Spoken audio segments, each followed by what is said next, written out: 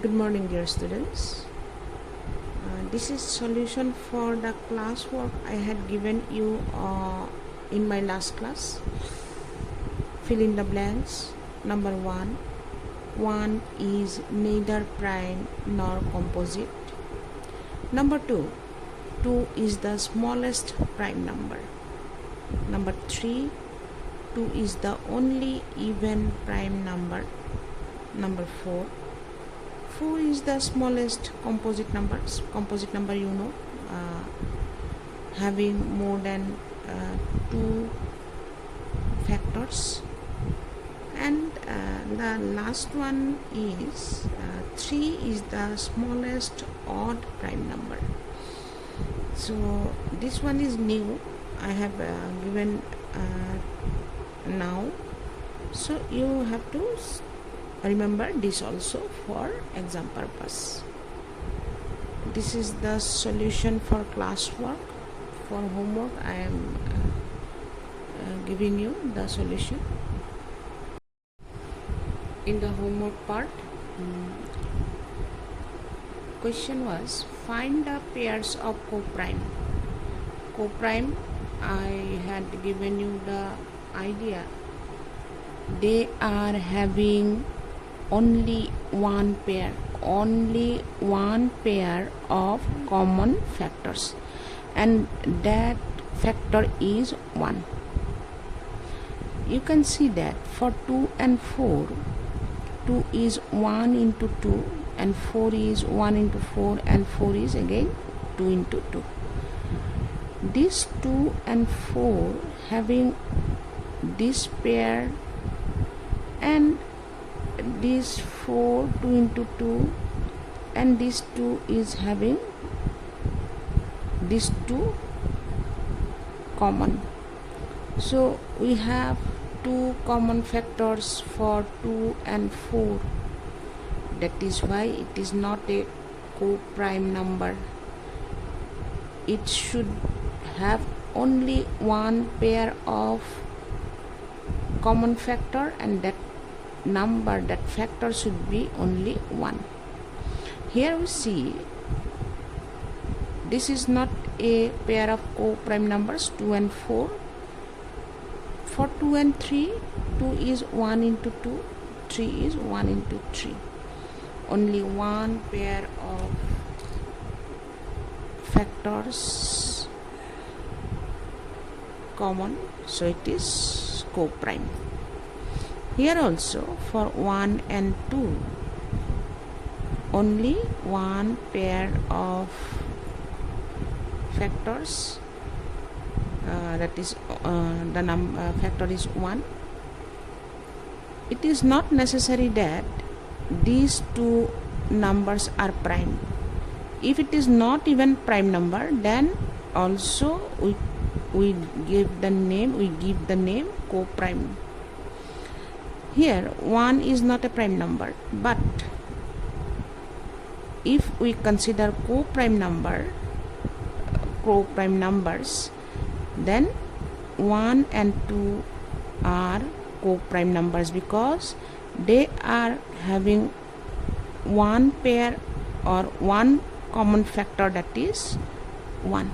So it is also co-prime numbers. For 7 and 11, 7 is 1 into 7, 11 is 1 into 11. They have 1 as common factor, so it is also co-prime number. This is not co-prime number because they are having 2 common factors. There should be only one common factor, and that factor is 1. Number 2 was find the factors of 10. So for 10, you know how to do this. The factors of 10 are 1, 2, 5 and 10. Question number 3 was in 3 into 5 equal to 15.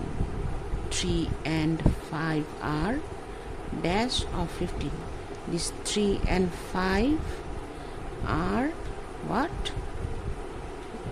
Do you remember the term? That is factors of 15. In 3 into 5 equal to 15. 15 is dash of 3 into 5. After multiplying 3 into 5 we have got 15. So 15 is called multiple of 3 and 5. So you remember the two terms. One, the product of the numbers make the multiple.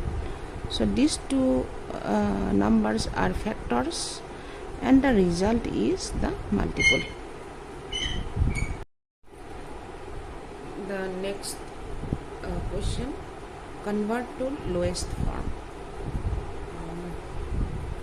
I did it earlier actually, but for revision purpose, what you have to do, find the factors of 36, find the factors of 64, or you can do find the HCF of both the numbers.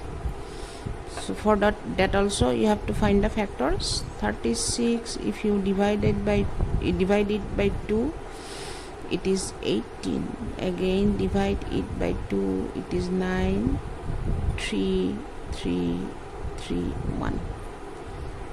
64, if we divide it by 2, it is 32. Again if you divide by 2, it is 16. Divide by 2, it is 8. Divide by 2, it is 4. Divide by 2, it is 2. Divide by 2, 1. So you write, in place of 36 you write this, 2 into 2 into 3 into 3.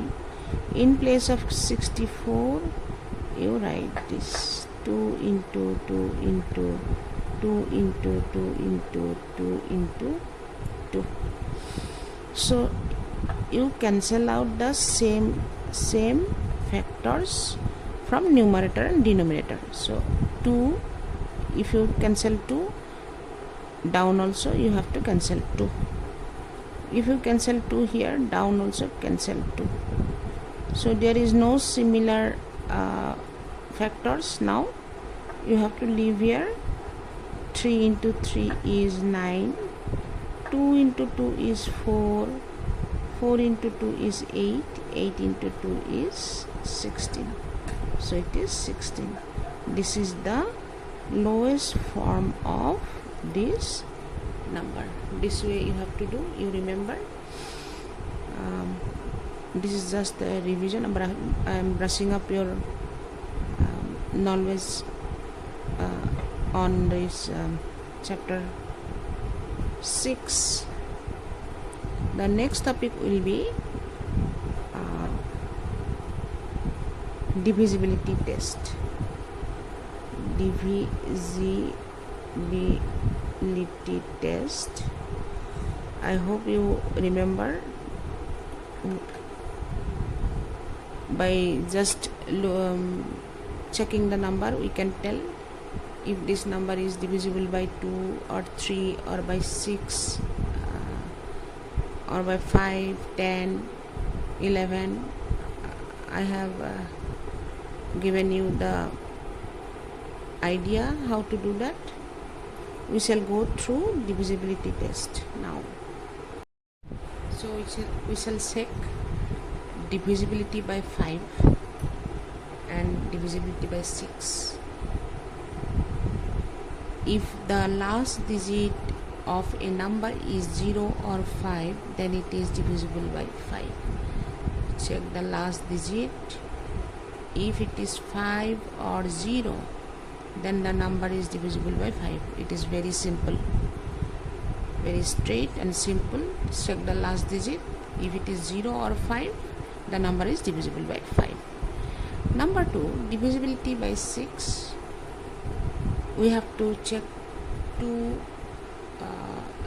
different ways. Divisibility by 2, and if it is divisible by 2, go for divisibility by 3. If it fails, no need to go for this. Suppose we are having 2034. We have to check if this number is divisible by 6. Divisibility by 2, what was the rule? We have to check the last digit if it is an even number or even number or 0, then the whole number is divisible by 2. The last digit is an even number. 4 is an even number, all of us know. So this number is divisible by 2. Let us check for divisibility by 3. As the last digit is 4, so it is divisible by 2. It is already divisible by 2. It has passed test number 1. Go for test number 2, divisibility by 3. What we have to do 2034, add the digits. It is 2 plus 3 5 plus 4, it is 9. If I divide this 9 by 3, it is exactly divisible. There is no remainder, so this number is divisible by 3. It has passed both the test. Therefore 2034 is divisible by 6. This way you have to check. This is very important from exam point of view. You have to know the different tricks how to do. You have to remember the tricks, then only you can solve. I will show you what type of question is coming. You have to check if this given number is divisible by 8 or not. What was the rule? The three numbers, last three digits, not numbers, the last 3 digits, this number is having only 3 digits. So these 3 digits I am taking 998. I will check if it is divisible by 8 or not. You have to check if it is divisible by 8 or not. If it is divisible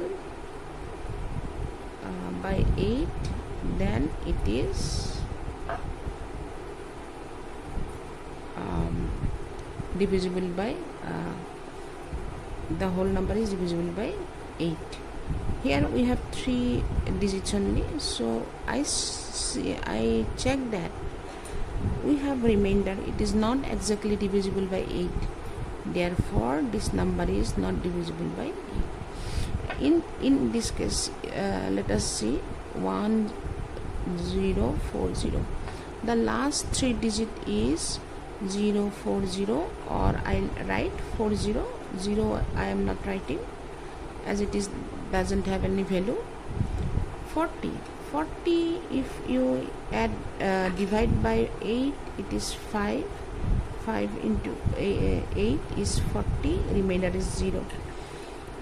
So we got remainder 0. Therefore 1040 is divisible by 8. But here we have remainder, so it is not divisible by 8. Take the last 3 digits and divide by 8. See if there is no remainder, it is divisible by 8. To check the divisibility by 7, what was the rule? I am going to check the divisibility by 7. What I have to do? What was the rule? Separate the last digit, multiply it by 2, you got 8. This 8 I shall subtract from this number. If I subtract I get it is 63. 63 is divisible by 7 9 times, therefore remainder is 0, therefore 714 is divisible by 7. You can do one more example. Let us check with suppose we have 44977. Separate the last digit, multiply by 2, it is 14. 497 minus 14, you get 384. Again you separate the last digit, it is 6. 48 minus 6, it is 42. You leave up to 2 digits. Whenever we are getting in this side 2 digits, you leave the calculation, you do not have to separate. If there are 2 digits, you just leave the you don't have to separate the last digit. Here we have 2 digits, so next I am not going to separate 8 or something like that. Whenever we get up 2 digits in this side, I stop the calculation. This number I will divide by 7. We know 7 into 6 is 42, the remainder is 0. So as the remainder is 0, therefore 4977 is divisible by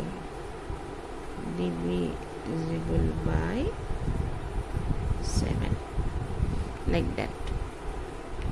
Again I am repeating, you do the operation up to 2 digits in this side. I have got 48, 2 digits. After subtracting I got 2 digits, so after 2 digits I am not going to separate 2. It will not give us the result. So whenever you get 2 digits in the left side, you leave and you just divide the whatever you have got the value, you divide by 7 and get the result like this. I hope you have understood some portion left from divisibility part. We shall be doing in our next class Friday.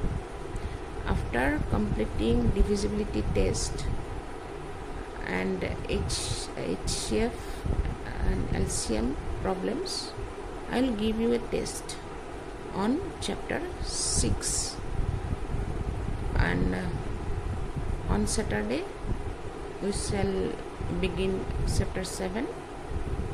By Monday we will finish chapter 7. So this is all for today's class. Have a great day ahead.